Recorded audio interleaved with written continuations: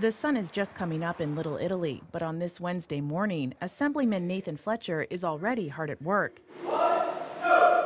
Fletcher is a devotee of CrossFit, a demanding workout that focuses on stretching, weightlifting, and shorter, intense bursts of cardio. Fletcher tries to make it 4 days a week.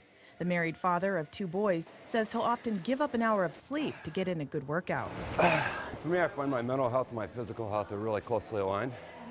And so it's a great stress relief. I have more energy during the day. I feel better.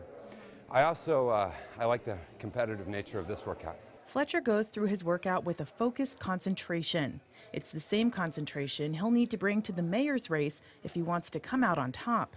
Fletcher faces competitors who have high name recognition. And while he shares his name with San Diego's wealthy Fletcher family, he's not related to them.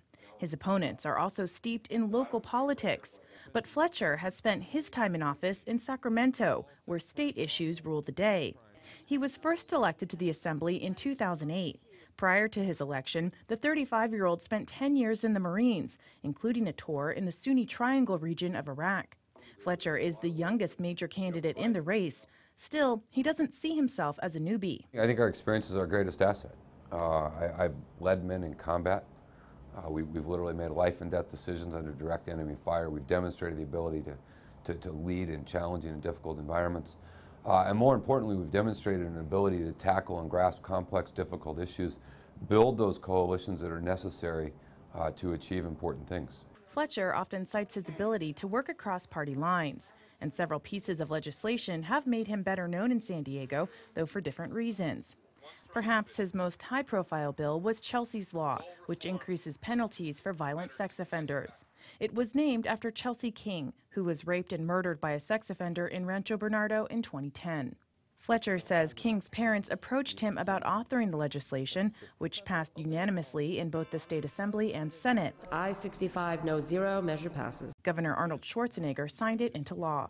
It was a different bill that brought Fletcher more critical attention. In October 2010, Fletcher authored a state bill that allowed more tax money to be diverted for downtown San Diego redevelopment. The city council had begun considering the issue on its own, and some members blasted Fletcher for swooping in. But Fletcher makes no apologies for the bill. If I have the opportunity to go and get billions of dollars for infrastructure which is crumbling, provide more money for our city, more money for our school, and let San Diegans keep more of their money in a way that there will be a full debate on how it's spent, I'll do it every single day. Despite that rocky entry into local San Diego politics, Fletcher stresses he's the man to guide the city into a new political era. Our city has really been through an awful decade. It's a period of time that was really defined as Enron by the sea. And I think that this election offers us an opportunity to close that chapter on San Diego and really open a new one about what is the city that we want to bring. But that does require a new mayor. It requires a new vision and a new energy, a new generation of leadership. And Fletcher is weighing in on hot local topics as well. He supports the pension reform measure that would replace pensions with 401ks for most new city hires. He wants to streamline City Hall bureaucracy to make it easier to fix San Diego's aging infrastructure. And he says city government should be more involved with local schools, which he calls an economic and moral issue. Fletcher says local businesses are telling him they need a better skilled workforce. I was in a meeting with a group of executives at Qualcomm. He said, we have hundreds of jobs open today, and we have thousands of applicants, and none of the applicants have the skills for the jobs of today. And so I think what we really need to drive, if we want to be the economic base of the future, we got to have the education system of the future.